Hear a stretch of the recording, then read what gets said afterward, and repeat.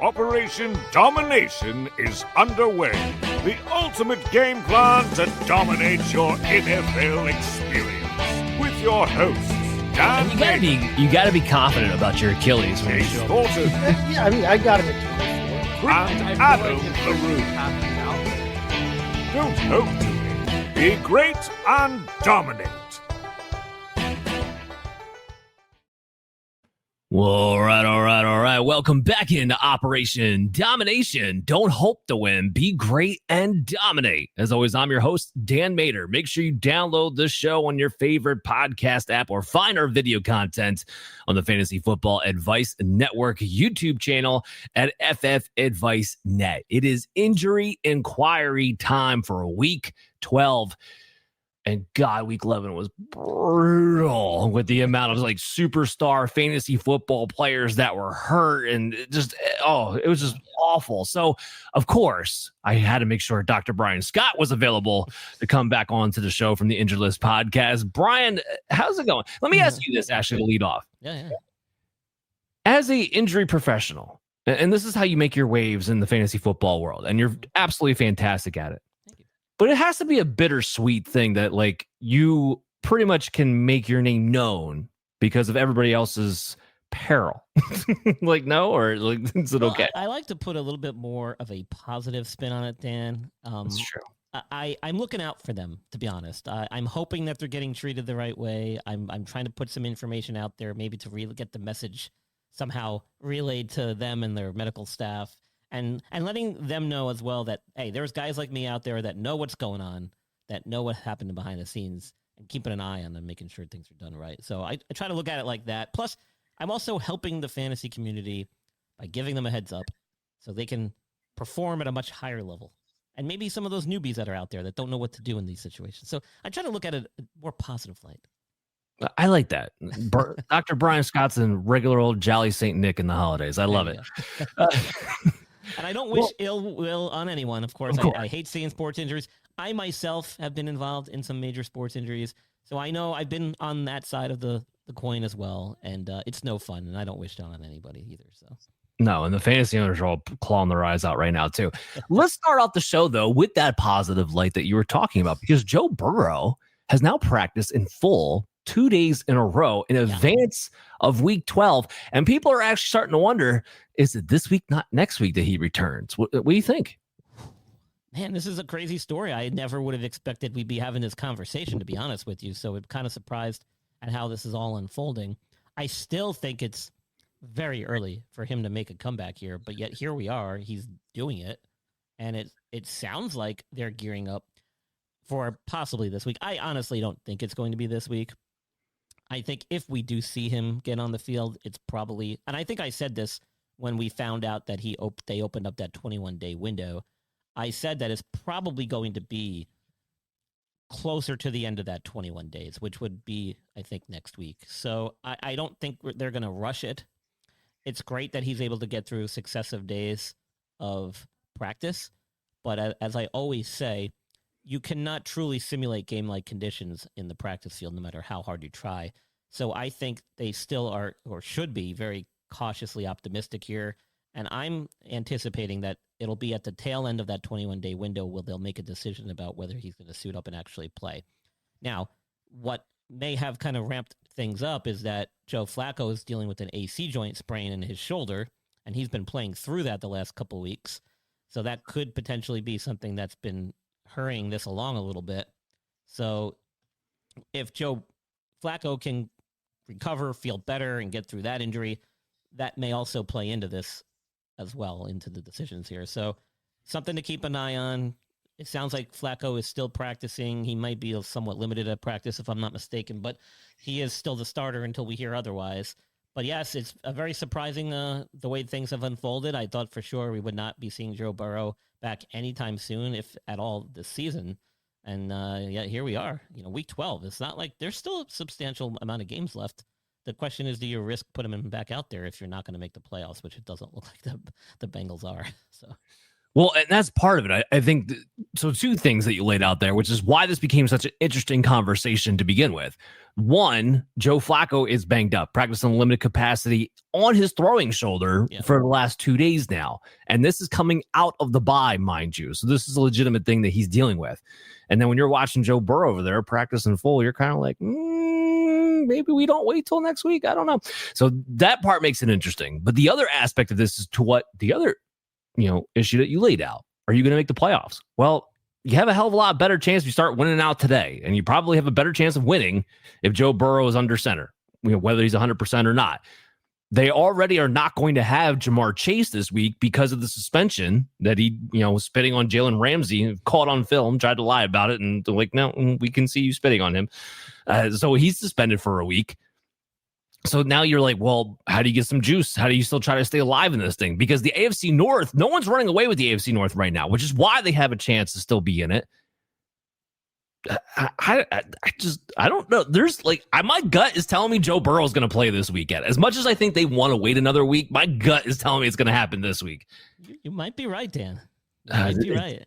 It's very, very interesting. So let's dive into the fantasy of it all. Two scenarios here. If Joe Burrow plays, and right now Joe Burrow is not in my rankings. All right. I'm waiting till I actually get that clarification before I put him in my rankings. I have Joe Flacco ranked as a quarterback 17. Again, no Ja'Marr Chase this week, and he kind of came back down to earth right before the bye anyway.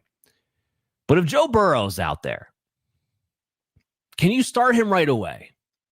And I look back to last week. We had an example of this. Brock Purdy came back.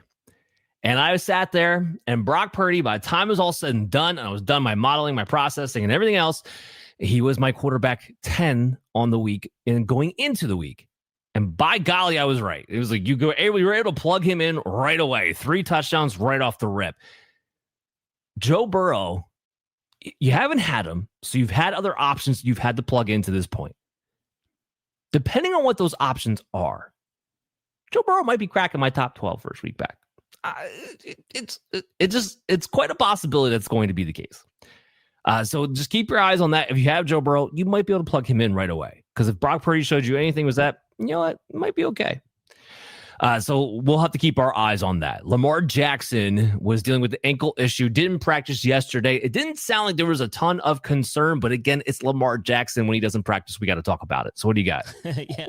Well, he was also coming off that hamstring knee issue from a few weeks ago, which he finally came back from that. And then this ankle issue popped up.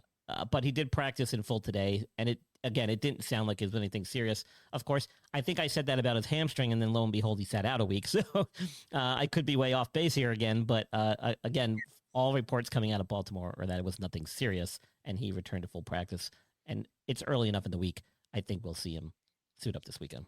I think the Ravens learned their lesson from the last time around. They can't list him as a full participant in practices and then not play him. So that was the whole issue. I don't see them making the same mistake twice. He's playing against the New York Jets. Lamar Jackson's in my top 5. It sounds like he's going to be good to go.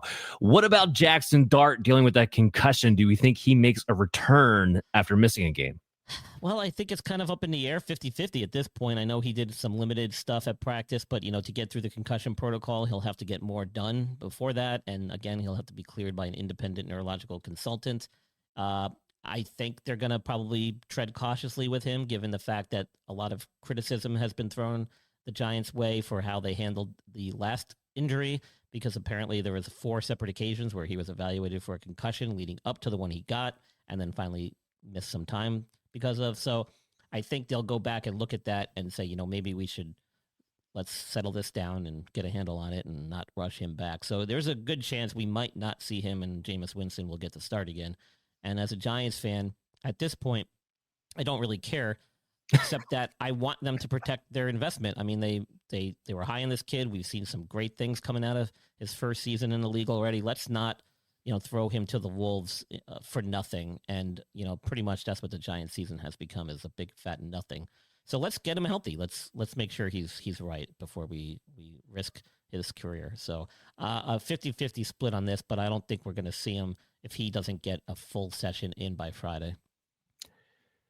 Yeah, it's so they started off the week with a super optimism, and they just he's progressed a little bit, but he hasn't really progressed the way you would like him to after already having missed a game. And it seems very similar to with CJ Stroud and his progression. And CJ Stroud, winds up being ruled out for a second game in a row. Now, I know with Stroud, his game wound up being on a Thursday, so he had a little bit less time to get going here, but it does seem to be following a similar pattern where it doesn't seem to be quite out of the woods yet.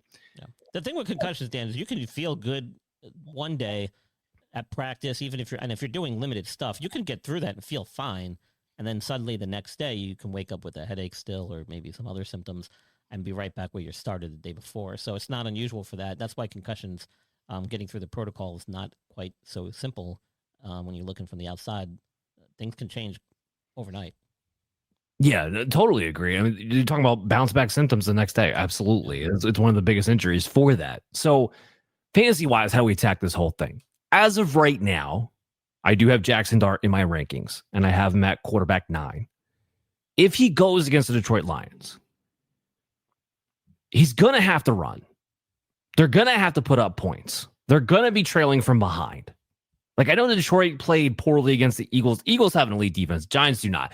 They're going to have to come back from behind. There's going to be fantasy points to be had there, especially come the second half. So with the way he has played, I do, as of right now, have him as a top 10 quarterback. We'll see if he's going to be active. I am a little nervous because they've already talked about this with the Giants, that with Jackson Dart, that while he's been out, they have had conversations with him about, hey, you need to tone down the running a little bit because you're going to get yourself hurt. And he's not an overly big guy. Here's my problem with that. And I apologize to you in advance, Brian, as a Giants fan. I kind of know what's coming, I think. Yeah. Jackson Dart's not a good quarterback. Okay. So if you're going to take away his rushing and make him more of a passer, I'm not impressed with his passing. I'm not impressed with his reads. I'm not impressed with his accuracy.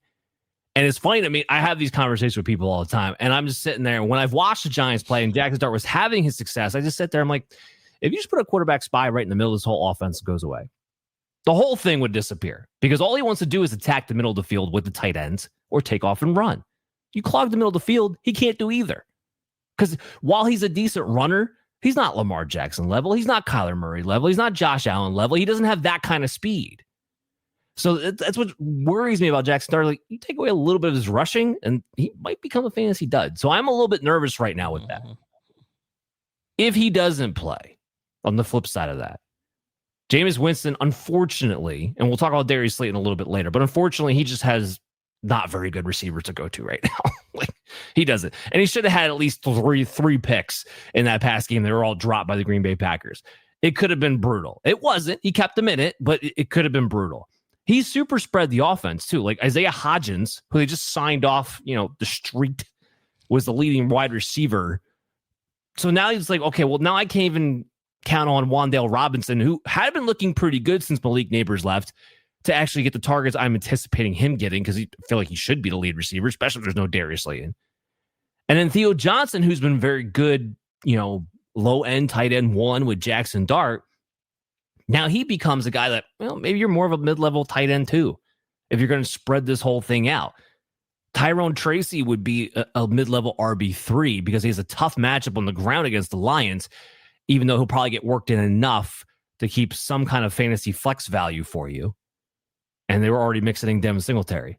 So I don't have high hopes if it's either one of these quarterbacks, but I will say this. I do think Jackson Dart helps a Wan'Dale Robinson. He helps a Theo Johnson because, again, he's going to attack that middle of the field.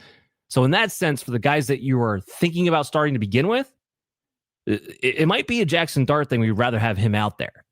The only caveat to that, and again, we'll talk about him later, but Darius Slayton. If Darius Slayton were to play, that's the beneficiary you want with Jameis Winston. The deep play threat down the field guy. That's the guy who could pop off unexpectedly. We'll talk about him later, though. Let's talk about Aaron Rodgers. Well, it's been a while since Aaron Rodgers has been on this list. I've been impressed. Yeah, he's dealing with a wrist issue. So what do you got for us, Bri? Well, they said it was a small fracture. We're not sure exactly which bone. I have a few theories as to what it might be, but non-surgical management. He's pushing to play, and it sounds like they're probably going to let him play. He might have a brace or something on that wrist, but it's his non-throwing hand, so it shouldn't really affect him much.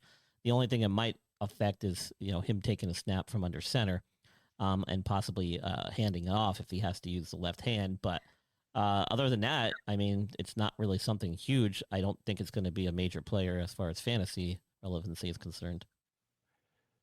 Yeah. I mean, why not let him play? It's going to be his last year. He's over 40. You want to play, dude, and get yourself killed? Go ahead. Who cares? And it's not even like Mason Rudolph was bad in relief of him. He was 12 of 16 for 127 yards and a touchdown. It wasn't even terrible.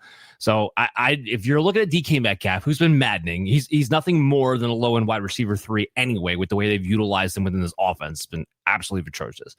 But you're just looking at DK Metcalf and you're looking at the running backs. Whether that's Mason Rudolph, whether that's Aaron Rodgers, doesn't matter either way. And with the tight ends, you want to play Russian roulette with the Steelers tight ends? Go for it. Be my guest. Which one's going to produce?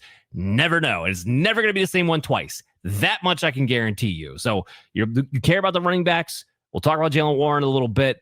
And DK Metcalf as a guy that, well, in theory, you could bust a touchdown. It just hasn't happened to this point. So I think, honestly, whether it's Rodgers or Mason Rudolph, you're only playing DK Metcalf if you don't have better options right now. And with 4 teams on bye, you might not.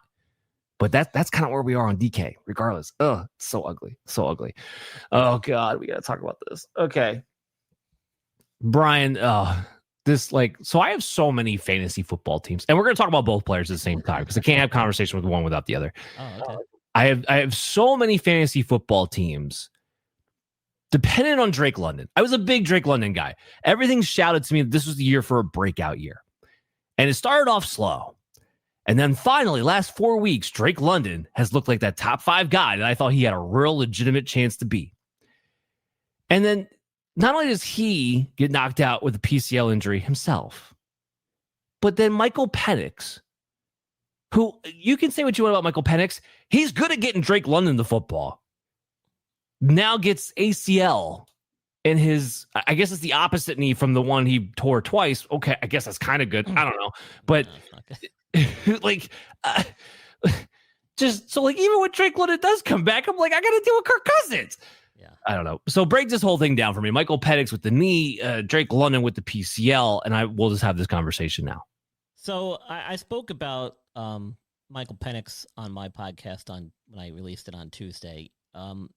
It should be no surprise, unfortunately. He has a long-standing injury history dating back to college, in fact, I think like 2018 or 2019, when he had his first ACL injury to his right knee. He also missed a substantial amount of seasons because of a fractured clavicle and other various injuries as well, and then had a repeat ACL injury to the right knee again, I think in like 2022. So it's not like he's a stranger to season-ending surgically repaired injuries. And he was featured as one of the players in my NFL draft special that I do every year. And it's no fluke that these guys are on that list. You know, it's kind of like playing roulette at the casino. Like you're taking a gamble when you're picking these players coming out of college with major injury histories.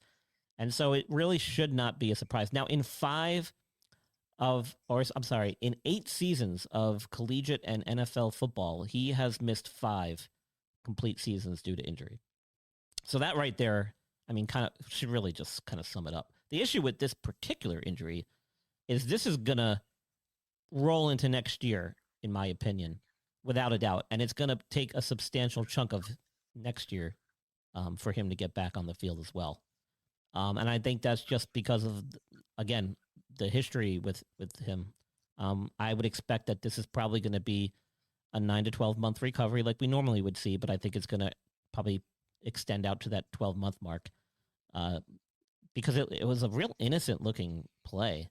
It was a non-contact ACL, which is not something you want to see, but it makes sense in a guy who already had a previous double ACL injury to the other opposite side. It's not uncommon to see that. So very, very big injury for him in his career. It doesn't help anything. He's only been in the league, like a year and a half, 2 years. It's barely been, he got drafted in 2024, right? Or something like barely been.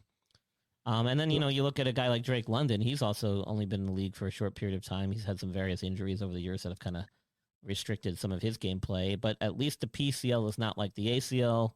Again, this is a non-surgical injury, similar, though, to like Brock Bowers that we just saw. and who was the other player that just had this too? Ricky Pearsall. Ricky Pearsall, yeah. Yeah. So, they're saying week to week. And again, keep in mind, Pearsall was week to week and missed 6 weeks. So it really is a matter of how quickly he can recover, whether or not his knee feels stable or not. And that, unfortunately, we're getting toward the end here. That could extend into the end of the season. Here's what I will say on that, and take this for a grain of salt. I grant you, but Drake London himself does seem like he was like week 13. I plan on being back, and I only throw that out. And again, it's a player thing. We've heard players talk all the time. It doesn't necessarily mean a lot. The only thing I will say to that, I didn't hear that from Ricky Pearsall. I didn't hear that from Brock Bowers, where they were like, "Yeah, we're going to be back real soon." Like that never came out of their mouths. So, go ahead. Well, two things. One, Brock Bowers had a bone bruise that was found on MRI, sure. And that was the thing that really slowed his recovery down because that's very painful. Those take a long time to get better. And number two, Ricky Pearsall, if I'm not mistaken, you can correct me on this if I'm wrong, actually did try to come back and was on the practice field several times, but yet never quite made it back to game play and got cleared. So he struggled coming back, even though at times he was a limited participant during practices. So I don't think we're really going to know just how ready Drake London is until he gets out there in the practice field. And as of right now, he has not yet practiced. 100%. If you don't take any solace, what I do take solace out of, I should say, when he says that, is that he wants to come back. So, and I think that's important in this context where we're at this part of the season. The Falcons are not going to be a playoff team with Kirk Cousins. Drake London could easily decide, I want to shut this thing down and just come back next year. I'm not going anywhere. I'm going to get paid when it's time for me to get paid anyway. I'm Drake London. I will take solace in the idea that he wants to come back, and he's making that clear that he wants to. Meaning, I think you at least have a better chance this doesn't turn into a season-ending thing at this point. And that's the kind of what I'm laying out there. Whether it's week 13 or week 14, I don't know. Me personally, I'm thinking week 14 or week 15 is more likely. But it does tell me that he wants to come back, which I think is a big thing at this juncture in the context. Let's talk a little bit about Dylan Gabriel. No, I'm sorry. I got to back up and talk about the fantasy aspects. Kirk Cousins sucks. Yeah. So it's really, really bad. He doesn't have an NFL arm anymore. So I'm not really... Even with Drake London out, I'm not particularly strong on Darnell Mooney here. When Kirk Cousins came in and played a couple weeks ago, whatever it was, Kyle Pitts had 9 catches and 9 targets. Not for a ton of yards, but that can give you a stable floor, especially if you're talking about half point and full point PPR leagues. So I would say Kyle Pitts becomes a streaming option based on the usage, based on where Kirk Cousins can actually throw the football. And while this is a bit of a ceiling limited factor on Bijan Robinson, of course you're going to play Bijan, but maybe Bijan is not the top 3 fantasy running back like he had been. Maybe he's more like top 6. And look, it kind of stinks at this point of the year to kind of have that distinction, but that just might be the case right now because the whole offense is going to take a hit with Kirk Cousins, even against the Saints team. I don't think you're going to see as good of an Atlanta Falcons offense. All right, so with that, let's talk about Dylan Gabriel getting the concussion issue, and it sounds like the Browns are already naming Shedeur Sanders as a starting quarterback, but this is injury factory, so let's talk about Dylan Gabriel. Yeah, what's the update? He's been struggling to get through the concussion protocol. I don't even think he stepped on the practice field at all yet this week. Again, that does not bode well to getting through the protocol. You have to get some type of physical activity and practices in order to make it through that protocol and get cleared by the neurological team. So it doesn't look like this week's going to be a return at all. Yeah. So like I said, Browns have already pretty much named Shedeur Sanders starting quarterback. And when he came in for Dylan Gabriel, I thought to myself, the Browns fans were all excited. And I was like, you know what? Fine. Like, Dylan Gabriel is obviously not the franchise guy. Why you wasted a 3rd round pick on him, I will never understand. So why not? Let's see what Shedeur has. How much worse can it get? Oh boy, was that question answered real fast. He was 4 of 16 for 47 yards and an interception, and probably should have been another one. He'll be better, okay, than he was a week ago with a full practice reps and actually preparing to start for the game. It will. I mean, it should be better. I don't want to get too strong on it. It should be better. But dear God, that was so awful. Like, to the point where I don't know if anybody beside Quinshon Judkins is fantasy relevant. And to some degree, that had already been the case, but at least you were able to like have some confidence in plugging and playing Harold Fannin with the way he had played and been utilized over the past couple of weeks. Jerry Jeudy had some pops here and there. Quinshon Judkins, and I don't want to touch anything else if there's any other option I can pivot to until I see something that looks positive, because everything that we didn't like about Shedeur Sanders, and I was a harsh critic on him, but mostly in the vein of I didn't think he was a first-round pick, and people were promoting him as a first-round pick, and he didn't want to being that. So I kind of did a 360 here. I'm like, all right, well, you were drafted where I think you should have been, and now I think people are going the other way where they're too harsh on you, and I don't know why we still have the expectations of the first-rounder when he wasn't even drafted as such. But anyway, whatever.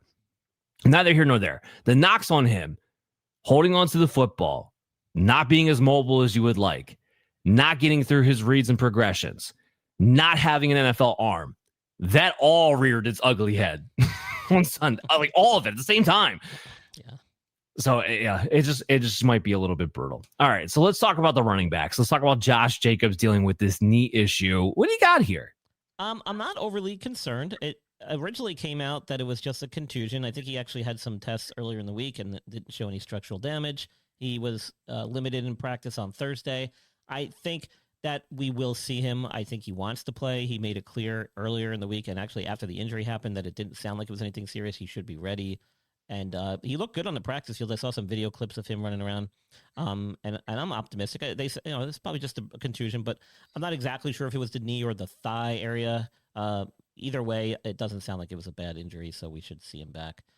Could be carrying a questionable tag, though, up until Friday. So pay attention to the injury report on Friday. And then if he's still on there Friday, he could be a game-time decision. They might see what he can do in warm-ups. So he might be somebody you have to keep an eye on as you get closer to kickoff, too. Another player coming out and saying, if I miss a game, it's going to be one game. That's going to be. But in Josh Jacobs' case, the proof's kind of in the pudding, where like he is putting in the work of the practice reps where you can kind of trust that to truly be the case. So if you picked up Emmanuel Wilson, like you should have, I mean, you're holding on to him. There's still a chance here they decide to keep Jacobs out for 1 week to make sure he's fully ready to go going into the next week. Definitely a possibility, but there's more of a chance than what it looked like in the beginning of the week that Jacobs may just go out there and play anyway. So keep your eyes on that. We'll see how that all breaks down.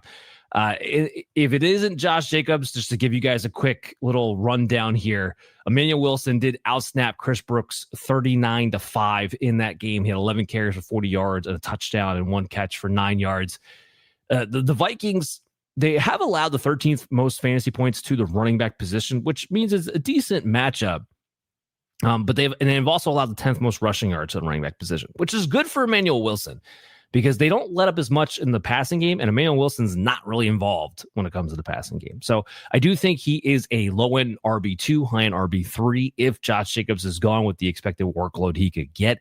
But again, that's going to be a fluid situation into the weekend. Hit me up at DanMaterFF if you need any start-sit questions for that one. Jalen Warren, ankle issue. Another one that I feel like is looking a little bit more positive than we thought it was going to earlier this week. Well, he was a limited participant on Thursday, but keep in mind, I think he had an ankle issue earlier in the year, maybe even coming out of preseason, if I'm not mistaken. And this could be like one of these things like we saw Jonathan Taylor deal with a few years ago, where it's just like this lingering ankle instability thing that causes like repetitive injuries from time to time. Hopefully not, but you can also see when Jonathan Taylor finally got that ankle surgically repaired, how much success he's having now. So maybe Jalen Warren is dealing with something similar, but as of right now, he's a limited participant. He might carry a questionable tag. Again, another guy you should keep on as you get closer to keep an eye on as you get closer to kickoff.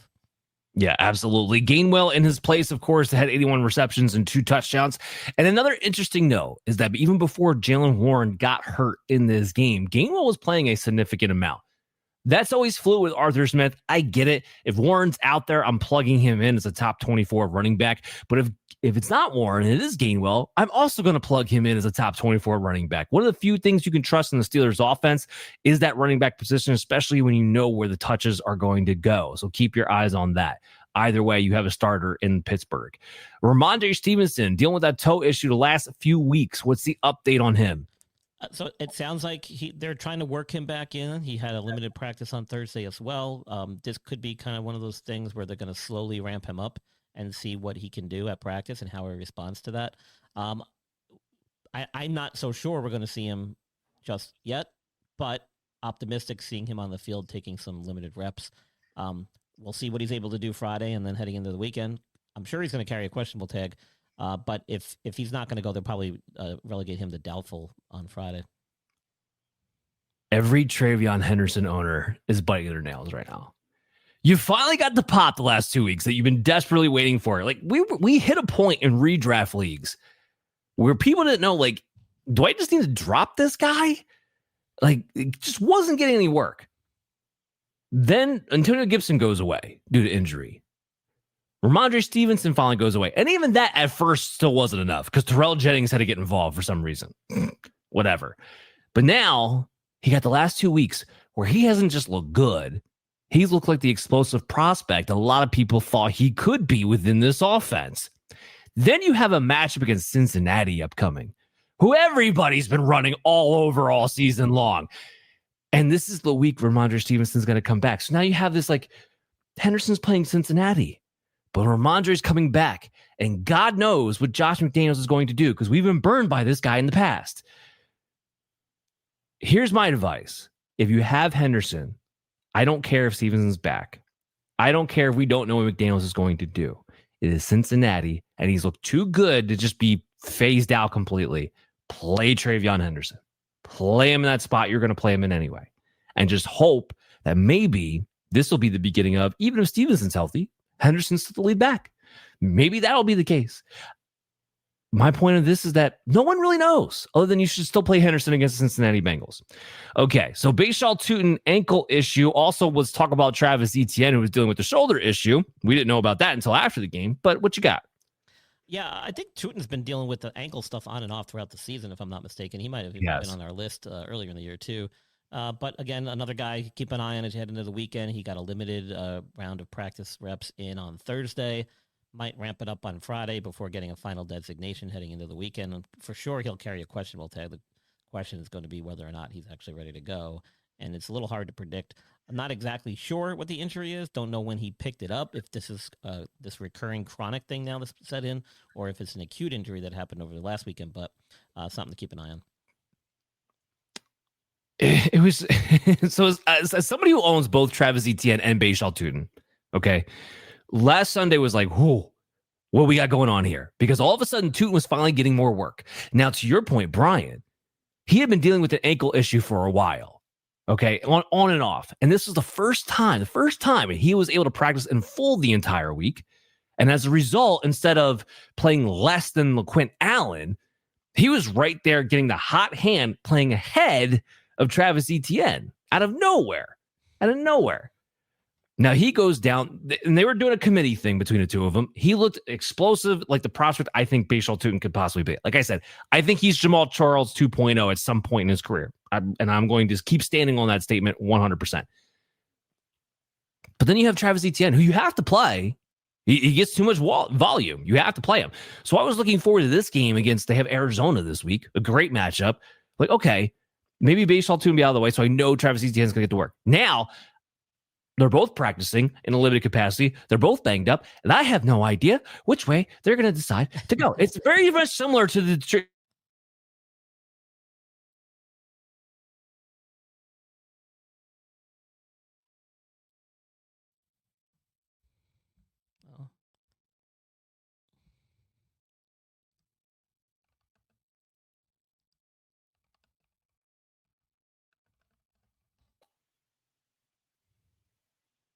And the problem is, I honestly don't know who's going to be healthier come Sunday. No idea. Here's what I'll say to that point. Treat Bashaw Tootin as a handcuff and go with Travis Etienne. He's been the bell cow. He's been the lead workload. That's what we have to trust for the majority of the season. There's some talk that maybe Travis Etienne actually had a shoulder thing while the game was going on, and maybe that's why Tootin was getting as much run as he was during the game. We just didn't know about it until afterwards. So any idea with that, I would just say, hey, play Travis Etienne. It's a good match against Arizona. Treat tooting like the handcuff until we get more information. That's how you approach this. What's the update on Bucky Irving? Just that he's limited, but we saw him last week kind of taking some snaps in a walkthrough, which really didn't tell us much. Now he's getting some limited reps and possibly ramping it up. I still don't think we see him back this week, unless something happens Friday and he gets a full session in. I'm not convinced that he's ready because he hasn't done anything in so long. I would be shocked if they just kind of threw him out there. Don't forget he's dealing with 2 issues: a shoulder subluxation and a foot sprain, of which we don't know the severity. So, kind of risky to throw him out there without at least getting a full week of work in. Oh, it absolutely is. So this is what I've gotten from the coaching staff, and this applies to Bucky Irving and applies to Chris Godwin. They want to ramp up their practice reps to evaluate their availability for Sunday. So here's how I'm going to take that. The coaching staff is hoping there's a chance for this Sunday. I'm with Brian on this. It seems more logical to me that this is going to be at least one more week, but maybe this is the last week that you don't have Bucky Irving. I think there's a real possibility that's the case. So that could be the good news there for this one. If Bucky Irving misses another game, Sean Tucker, and this should be no surprise to anybody, has taken over as the lead running back of that backfield. Rachaad White still outsnapped Sean Tucker. I think that comes as a shock to people with the way Sean Tucker went off last week, but he still outsnapped him. He's still going to have his 3rd down, 2-minute roll, passing roll. Okay, that's still going to be his game. Sean Tucker is still going to be the lead back now, though. And I think the lead guy getting the work in the goal line, too. And I wouldn't be surprised if he does work a little bit more into Rachaad White's receiving role. Rachaad White's just not an efficient back. He's not very good. He can catch the ball in the backfield. There's not really much else he can do. And Sean Tucker proved last week he's got the explosiveness to do a little bit, at least, of that Bucky Irving role. I think they let him do it for one more week before Irving actually comes back. Isaiah Pacheco dealing with the MCL. What do we got here? Yeah, so he actually did get back on the practice field so far this week. On Wednesday, he got a full day in, I think, but he was wearing a big, bulky brace, and I'm sure that wasn't very comfortable. I think he actually did a limited session then again on Thursday. I don't think he's ready. He's still going to be probably week to week. I can almost guarantee you that he might not feel comfortable until he's able to shed that brace, because most running backs, especially at that position, with all the maneuverability you need and the agility required to play at this level, they don't like playing with these big, bulky braces on that are sometimes helpful coming off an MCL sprain. So I would expect that maybe next week he comes back. I'm not so sure about this week, though. Yeah, and you don't want him to come back too soon because you need Pacheco to have a little pop. Otherwise, you're going to get 3 yards in a cloud of dust. And I know that's exactly what Kareem Hunt is. The difference is Kareem Hunt actually gets the goal line work, so we have a chance to get a touchdown, where Pacheco really has not to this point. So, look, I'm looking at it this way. I'm not rostering Pacheco. What are you holding on to for? The 9 points, the 8 points that maybe you'll get if he takes back his lead role at some point in this offense, knowing that Kareem Hunt's still going to be involved, knowing Brashard Smith's going to be involved, knowing that he has touchdown limited ability because the Chiefs are just throwing the ball constantly anyway. Like, there's no real reason in my mind to own Isaiah Pacheco. There's no upside there. None. So go ahead and drop him if you have him. Move on. For now, Hunt can be a dependent touchdown running back while Pacheco's out. And then even after that, I don't know how much you're going to be playing Hunt either for your fantasy football playoffs. Trey Benson finally got some movement on the ankle issue. So what do you got? Well, it sounds like the team has officially opened up his practice window coming off IR. He was limited and considered day-to-day while they're evaluating his availability. It's been so long since I've spoken about him, and since we originally broke down his injury, I forget exactly what he was dealing with. I know it was an ankle issue, but high ankle. Oh yeah. So I mean, that makes sense.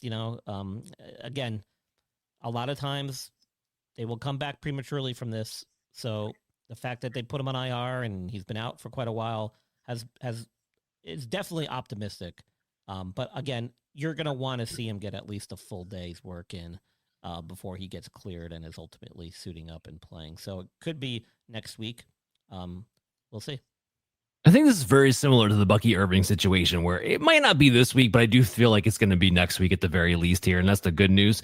While he's out, Bam Knight and Michael Carter are going to be the guys in the committee because Amari Demercado had an ankle issue. And I don't think there's any expectation he's going to play. Not worth talking about either, Brian. Somebody who is, though, Samaje Perine, dealing with his ankle issues or any movement on Samaje Perine. No, and he's got a high ankle sprain that he's been dealing with, and he hasn't practiced yet this week as of Thursday, and is considered doubtful for this week. And we're not going to see too much movement on this front because he's only a few weeks into this, I think.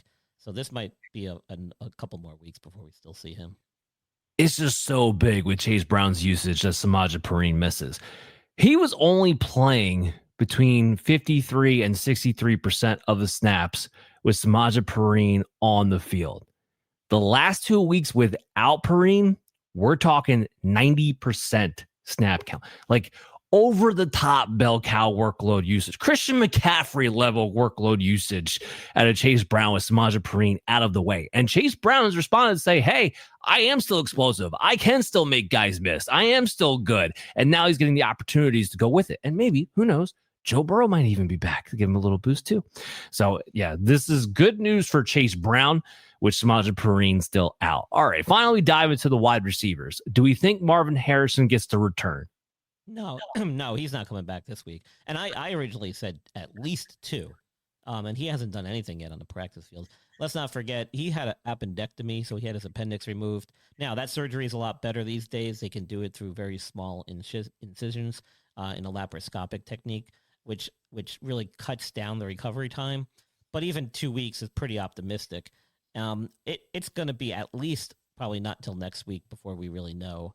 He hasn't done anything on the practice field. He's still recovering. So, and as far as we know, everything has gone fine with his recovery, and the surgery was successful, and there's been no complications. So that considered, I don't think we see him back until the earliest next week. Okay, so keep your eyes on that. In the meantime, Michael Wilson had 15 catches and 185 yards in the absence of Jacoby Brissett, broke the NFL record for 47 completions as he just threw and threw and threw and threw, and it was all going to Trey McBride and Michael Wilson, just like it would have been if it was Marvin Harrison. So give him credit. Michael Wilson with no Marvin Harrison is a top 24 play heading into this week, if nothing else, just for the sheer volume. I know the Jaguars stomped out and absolutely out-physicaled and destroyed the Chargers through and through this past week when they had been a pass funnel and you were leaning on Ladd McConkey, you were leaning on Rhamondre Gatson, you may have even been playing Quentin Johnson and Keenan Allen, and I know you were playing Justin Herbert, and everything just went to hell in a handbasket. I get it. The Jaguars defense is not that dominant, guys. It's even against Arizona. That's not really what they are. And this time they're going from east to west coast instead of the other way around. I say all that to say this. I am not scared by the Jacksonville secondary. This is a secondary that you can take advantage of. They've still allowed the 12th most fantasy points to the wide receiver position so far this season. You can get Michael Wilson in there and feel pretty confident about it with Marvin Harrison out. Speaking of the Jaguars, do we have any movement on Brian Thomas? Just that he was a limited participant on Thursday as he recovers from what now later was reported, I think, about as a high ankle sprain, which initially I think there was some confusion about what exactly the injury was and what the severity was, but it turns out that it was a high ankle sprain, although I think they called it a mild high ankle sprain. And so he was limited in practice. So I don't know if we're going to see him back just quite yet. Jacoby Myers. Who'd have thunk? Jacoby Myers just walks in and becomes the lead wide receiver of the Jacksonville Jaguars. But that's exactly what's happened since he's been traded. And now he went from playing only 20 snaps to increasing to playing an actual starter load of snaps. And you're probably going to see him increase his snap count even further in a game that will probably be a little more competitive than it was a week ago. Jacoby Myers, I don't feel great about playing him, but if he's going to get this kind of workload, and it's already clear he's the number one read, number one target for Trevor Lawrence, I think you can play him as a low-end wide receiver 3 flex play heading into PPR leagues. I would feel much better about it in full-point PPR, but this is a play that you can have if Brian Thomas can continue to miss. Parker Washington, guys, is not a thing. Stop trying to make him a thing. ECR is trying to make him a thing. I don't get it. The guy's had 4 targets in his best game. Like, stop making him a thing. He's not involved enough in the offense. This is a run-first offense now with one wide receiver who can eat. And right now, that one wide receiver is Jacoby Myers. All right. Calvin Ridley. Wow, man, we waited forever for this guy to get back, and he breaks his fibula. Yeah, not only that, it was like the first play or first catch that he had since he got back after missing so much time with a hamstring injury. Really tough way for things to play out here for him, unfortunately. Some reports, I think he actually may have had surgery now. I wasn't sure if he was or not. Whether he did or not, his season was done. They placed him out on season-ending IR. Either way, this should not affect him going forward into next season. I think he'll be ready come preseason, and hopefully no lingering effects from this. The only question I have, and I'm not quite sure of this, is the type of fracture that he had and where on the fibula it was, because that could mean any number of things. Now, the odds are that if he did have surgery to fix it, that it could have been something that affected the ankle joint as well, and that would be my only real concern going forward and possibly extending into next year would be if there was any ankle injury involvement, meaning he had a fractured fibula and maybe fractured another bone in and around the ankle as a result, or possibly had some ligament damage as a result of that as well, which may have been addressed at surgery also. So that would be the only kind of thing that might change my opinion a little bit. But again, I think, timing-wise, he has enough time to make it back in time for next preseason and be a full go. I mean, just think Chris Godwin, if that's going to wind up being the case. Well, that's what it sounds like. It might be similar in nature as far as the injury goes. And that's the danger of it, because Chris Godwin has dealt with it again this season and wasn't able to play a lot of games there too. So we'll keep an eye on that. Also on top of it, Alec Aomenor got a hamstring injury. I don't believe he's practiced. No, he has not as of this Thursday. And again, with hamstrings, man, this could be a several-week absence, and this could extend for quite a while. If not treated appropriately and managed cautiously. We've seen plenty of players try to come back too soon, get it re-aggravated. We've seen guys have some serious time out because of them, a.k.a. Calvin Ridley. So not something to rush back from until we see him be able to do something at practice. That tells me that he's really not doing much at all and is probably just getting some basic treatments right now.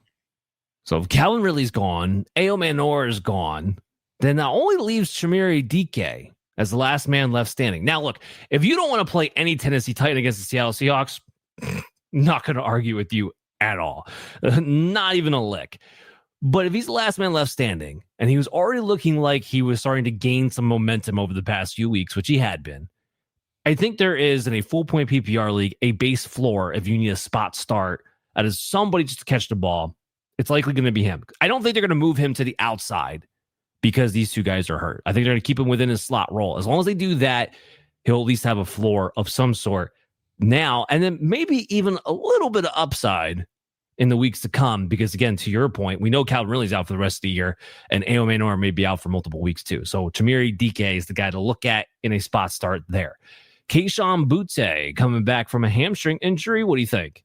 Yeah, so he actually returned to full practice earlier in the week, got another full session in on Thursday. It sounds like he is actually going to be cleared and should be good for a return this weekend. Yeah, so this is another one. There's a lot of interesting playing time battles going on with the Patriots right now, because Stephon Diggs got ratcheted up the last 2 weeks in his fantasy value, but mostly due to his playing time. And his playing time was a direct result of Kayshon Boutte getting this hamstring injury and going out. And it's allowed Stephon Diggs, who wasn't playing a ton in two receiver sets, to suddenly be on the field the amount of time you would want him to be on the field to be a consistent fantasy relevant player. So now with Boutte back, do they go back to that? Because it's so clear Stephon Diggs is the best wide receiver on that team. Do they go back to that? Is Diggs hit the point now in his recovery where you can trust that he can be on the field that much? I think all of those are going to be questions that we're looking for answers for come Sunday. The good news is that they're playing the Cincinnati Bengals. And Stephon Diggs, the Bengals are actually sneakily kind of tough against wide receivers, but only DJ Turner, who plays the slot. And that's the other interesting part about this. Stephon Diggs is not playing the slot at all with Kayshon Boutte out. So how do they play him when that happens? And then mix in Matt Collins, who they've wanted to mix in. I think you can still play Stephon Diggs as a top 24 wide receiver for this week because of the matchup. But we're going to be watching this because there's a lot of questions that need to be answered as far as how much you can depend on Diggs moving forward. Darius Slayton, do you think he plays? I don't. He was only doing some individual work and limited stuff at that on the sideline during Thursday's practice. So I'm not sure we're going to see him just yet. Refer back to earlier in the episode, I talked about what wide receivers would have the fantasy value there. If Slayton's out and it is Jameis Winston, I don't care that Isaiah Hodgins was the lead receiver. I'm not playing anybody. I don't want to play anybody. Tight ends, let's move on to them. So Sam Laporta, and I brought this back up only because he went on IR after we talked last week. So I wanted to see if you had an update on that. I don't, but with back injuries, man, this could mean any number of things. My guess is that it's significant enough that he might be requiring some form of injection treatments or therapy, which is really going to require a lot of rest time in order to make those injections effective. It doesn't sound like I've heard any reports, at least, or I have not heard any reports, at least, of him having to undergo any surgical procedures. My guess is, though, it's a pretty significant back issue, and they don't want this to become a chronic thing. So he could be undergoing extensive therapy, but also might be getting some injection therapies. And that would make sense because the only way that those are going to work is with extended periods of rest, and that's why he's already been placed on IR. So that would make sense to me. With Sam Laporta out, Jameson Williams not only is benefiting from the play calling of Dan Campbell, but then we have target consolidation now. Because now it's just not St. Brown, and then is it a Williams game or a Laporta game or a Jahmyr Gibbs game? No, it's St. Brown, Williams, and then the running backs are going to get theirs. Laporta taking out of the equation consolidates it, and we've seen it because Jameson Williams now he's going to a floor in volume to 23% of the target share when he was at 19%. With Sam Laporta on the field. So you take that combined with the nice matchups the Detroit Lions have, combined with the Dan Campbell play calling, which already naturally has Jameson Williams getting more involved. And all of a sudden, Williams is looking like a top 20 wide receiver like we thought he could be all season long, but wasn't getting the consistent enough work. That's where we are now with Jameson Williams, a must-play due to this injury. David Njoku knee issue. What do you have here? Well, he had a knee issue earlier in the year, and it sounds like this just flared up on him. He missed some practice time middle of the week. Was not participating on Thursday. They're saying he's day-to-day, but it sounds like he's actually going to be doubtful for this weekend. I don't think it's a new injury, though. It just sounds like it was a flare-up from whatever he was dealing with previously, which did cause him to miss some time. Yeah, and I never want to count David Njoku out. That guy always finds a way to get on the field somehow, some way, but it sounds like maybe this time, he might not. I'm kind of with you on this. If he goes away, that obviously helps, again, target consolidation for Harold Fannin. As I already laid out, though, with Shedeur Sanders starting, I might want to see how that plays out for a week. Either way. Isaiah Likely dealing with a calf issue. What's your update here? Well, he did get in a limited session on Thursday, so it sounds like he's working through it or at least working back from it. It doesn't sound like it was a serious issue, either a slight strain or maybe even just some cramping or tightness in the calf that they were just being cautious with, but it doesn't sound like a serious one. If he can work his way back onto the practice field on Friday and get a full session in, he should be ready to go this weekend. Otherwise, he's going to carry a questionable tag and could be a game time decision. You can't play Isaiah Likely, but you have to hold your nose, close your eyes, and pray when you have to play Mark Andrews. And he had that wonderful, fake tush push 35-yard run, and he booked it too. It made me feel good to see Mark Andrews be able to run that fast because honestly I wasn't sure if he had it in him anymore. We haven't seen him actually look fast in years, it feels like, at this point. So to see him run that 35 yards in that play, I'm like, oh, he can still move. It is still possible. Didn't he clock like his highest rate run speed too or something? Ever. Yeah. So I'm like, okay, the old man still got it. It just doesn't get the ball consistently. And doesn't get the ball outside the red zone. I don't get it, but that's been the case. And maybe if it Likely was out of the way, it would be a little bit more target consolidation because, again, these guys split playing time, and that has a lot to do with why Andrews isn't more consistent than he is. But right now, I think you can just play him as a touchdown-dependent tight end and just hold your nose and pray you get that touchdown because otherwise it might be a brutal day any other direction you sell it. That's going to do it for today's show. Guys, I hope you all enjoyed it. I always appreciate Dr. Brian Scott coming on to the show. Doc, what do you got coming up next and what should people check out? Well, the holidays are almost here. Things are kind of winding down as far as fantasy football goes, but I'll still be around up until Christmas time. I've got some my Tuesday podcast coming out every week just to kind of do a recap of the weekend games and any new injuries that may have unfolded. Usually I'll try and incorporate the Monday night game as well, and that I'll usually release on Tuesday morning. And then, of course, Operation Domination Dan every week. We do our thing. And then TSS Fantasy, I do the injury updates for that sports podcast network on Friday nights and Sunday mornings, and you can catch me there as well. And then actually doing a big episode with Deb Wickus at the Blonde Blitz, which is an awesome podcast. I'll be doing that December 3rd. We'll do a live stream of her show as well. Awesome stuff. Make sure you check them out at the Injured List podcast on social media. I'll be back tomorrow with Chaz Filardi of Sports Betting Weekly to line your pockets green. And then I might have an announcement for what next week with Thanksgiving is going to look like. We're still going to get you your content. Don't you worry. But we'll find out what the schedule is going to be tweaked to then. Until then, guys, good luck, and I'll see you tomorrow.